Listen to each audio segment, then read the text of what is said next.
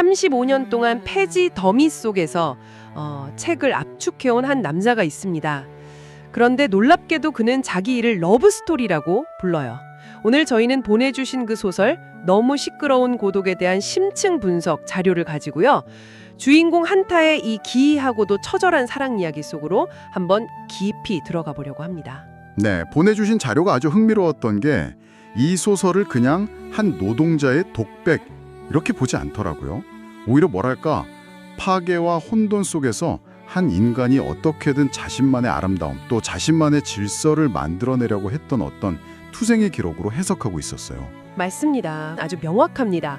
이 남자의 러브 스토리가 어떻게 시작됐고 또 왜 그토록 시끄러운 고독 속에 자신을 가둘 수밖에 없었는지 그리고 마침내 어떤 결말을 맞이하는지 보내주신 단서들을 하나하나 따라가면서 그 본질을 파헤쳐 보는 겁니다. 좋습니다.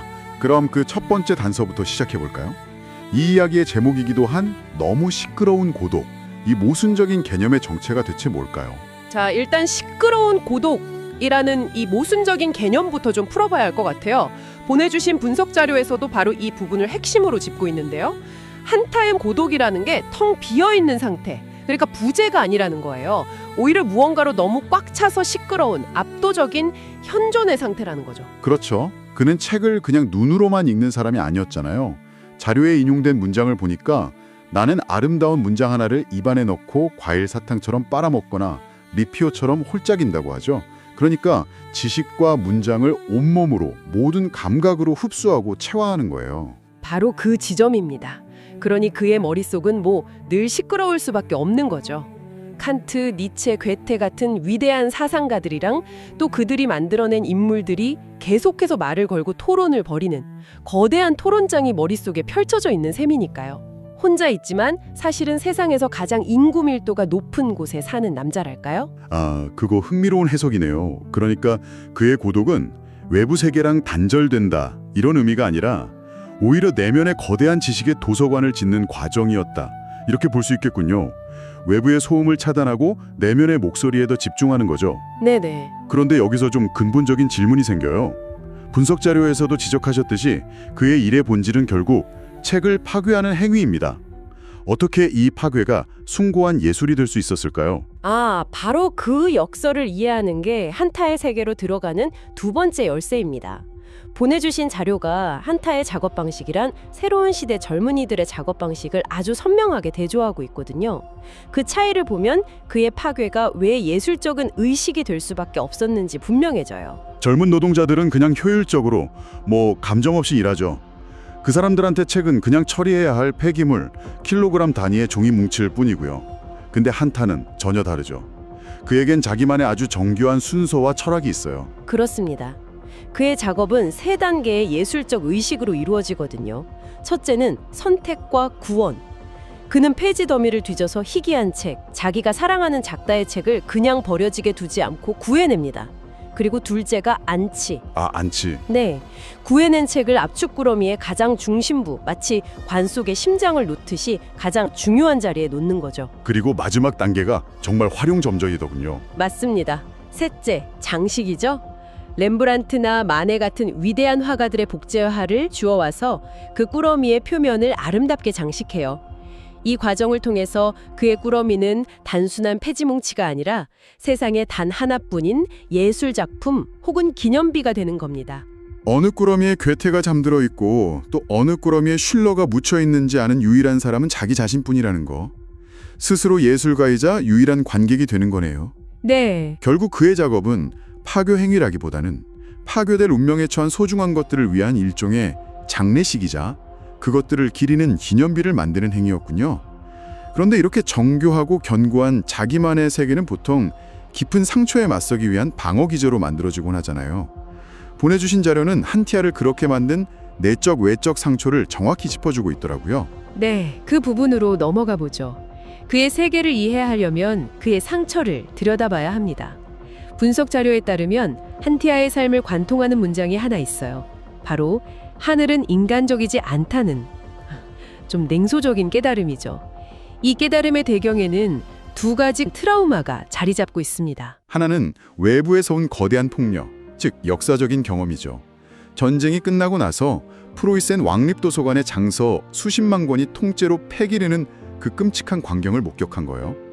인류가 수세기에 걸쳐서 쌓아올린 지성과 예술이 고작 1kg당 얼마 하는 식으로 그냥 무게 단위로 팔려나가는 순간을 온몸으로 겪은 거죠. 상상만 해도 끔찍하네요. 인류의 정신이 그냥 고철처럼 취급받는 장면이니까요. 그 경험을 통해서 그는 거대한 부조리 앞에서 인간의 가치나 감정 같은 건 아무 의미가 없구나 하는 체념 섞인 깨달음을 얻게 돼요. 그래서 그의 압축기는 더 이상 그냥 기계가 아니게 되는 거죠. 책이 으스러지는 소리에서 인간의 뼈가 갈리는 소리를 듣고 그의 꾸러미 하나하나는 파괴된 지성을 위한 무덤이자 유골함이 되는 겁니다. 외부적인 폭력뿐만 아니라 내면의 깊은 상처도 있었어요. 바로 첫사랑 만차와의 기억이죠. 분석 자료는 두 가지 사건을 특히 중요하게 다루더라고요.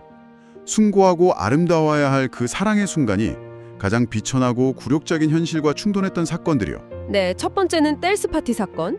만차가 화장실 다녀온 뒤에 드레스 리본에 똥물이 묻은 줄도 모르고 춤을 추다가 그 원심력 때문에 사방으로 똥물이 튀었던 그 끔찍한 사건. 그리고 두 번째는 몇 년 뒤에 다시 만나서 스키를 타러 갔을 때 아름답게 눈밭을 가르던 그녀의 스키 바닥에 거대한 얼어붙은 인분이 붙어 있었던 일이요. 이 두 사건이 그냥 우스꽝스러운 에피소드가 아니라는 거군요. 숭고해야 할 사랑의 감정이 추한 현실과 예고도 없이 충돌하는 그 부조리를 상징하는 거네요. 이런 예측 불가능하고 통제 불가능한 굴욕은 그에게 인간관계나 현실 세계에 대한 깊은 회의감을 심어주었겠어요. 바로 그겁니다. 그래서 그는 통제 불가능한 현실 세계를 떠나서 자신만의 지하실로 도피한 거예요. 그곳에서만큼은 그 모든 충돌을 스스로 통제하고 연출할 수 있었으니까요. 숭고한 칸트의 문잠을 피 묻은 정육점 포장지 위에 놓는 행위. 이게 바로 현실에서 겪었던 그 굴욕적인 충돌을 예술적으로 재현하고 또 통제하려는 시도였던 셈입니다. 그의 작업은 상처로부터 자신을 지키기 위한 단단한 방어 기제였던 거죠. 그렇군요. 결국 그의 35년간의 러브스토리라는 건 외부 세계의 폭력과 내부의 상처로부터 자신만의 의미와 질서를 지키기 위한 처절한 투쟁이었네요. 하지만 그가 그토록 공들여 지켜온 세계도 영원할 수는 없었죠. 네, 새로운 시대라는 이름의 더 거대한 압착기가 그의 세계를 위협하기 시작합니다. 보내주신 분석 자료의 마지막 부분은 바로 이 충돌을 통해서 사회가 개인의 가치를 어떻게 억압하고 파괴하는지를 아주 날카롭게 비판하고 있습니다. 바로 그 사회주의 노동여단 소속의 젊은이들이 운영하는 거대한 새 유아 프레스의 등장이죠. 그곳의 풍경은 한태의 지하실과는 정말 모든 게 정반대예요. 한태가 어둡고 혼란스러운 지하실에서 맥주를 마시면서 낡은 책을 구원한다면 젊은이들은 밝은 조명 아래서 우유를 마시면서 잉크로 마르지 않은 새 책을 아무런 죄책감 없이 파괴하죠. 한태에게 이 새로운 방식은 그냥 기술의 발전을 넘어선 충격이었을 겁니다. 그가 평생 지켜온 성스러운 구원의식을 그냥 산업적 효율성이라는 이름 아래서 무의미하게 만드는 학살극으로 보였을 거예요. 그가 지켜온 모든 가치, 모든 의미가 부정당하는 순간이었겠죠.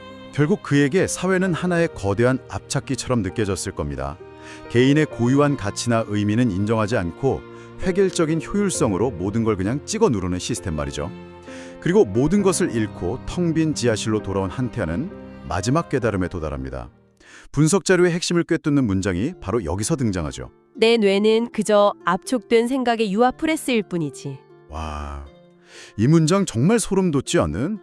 이 말은 그가 평생 책을 압축하는 기계를 다뤄온 게 아니라 그 자신이 바로 압축된 책들의 총합, 즉 하나의 살아있는 프레스였다는 의미잖아요. 35년간 읽고 음미하고 사랑하고 또 압축해온 그 수많은 사상과 문장들이 그의 정체성 그 자체였다는 선언인 거죠. 그렇습니다. 더 이상 외부의 책을 압축할 필요가 없어진 거예요. 자기 자신이 곧 압축된 책들의 도서관이니까요. 따라서 그의 마지막 선택은 이건 단순한 절망이나 자살이 아닙니다. 파괴를 통해 예술을 창조해온 그가 자신의 삶과 예술을 완성하는 최고의 걸작을 남기는 행위였습니다. 35년의 러브스토리를 완성하는 마지막 행위였군요. 네, 우리는 오늘 한 남자의 35년 러브스토리가 실은 폭력적이고 부조리한 세상에 맞서서 자신만의 의미와 아름다움을 지키려 했던 한 예술가의 처절한 투쟁이었음을 확인했습니다. 보내주신 분석 자료는 여기서 우리에게 아주 중요한 질문을 던지는 것 같아요. 한타가 압축한 건 책이었습니다.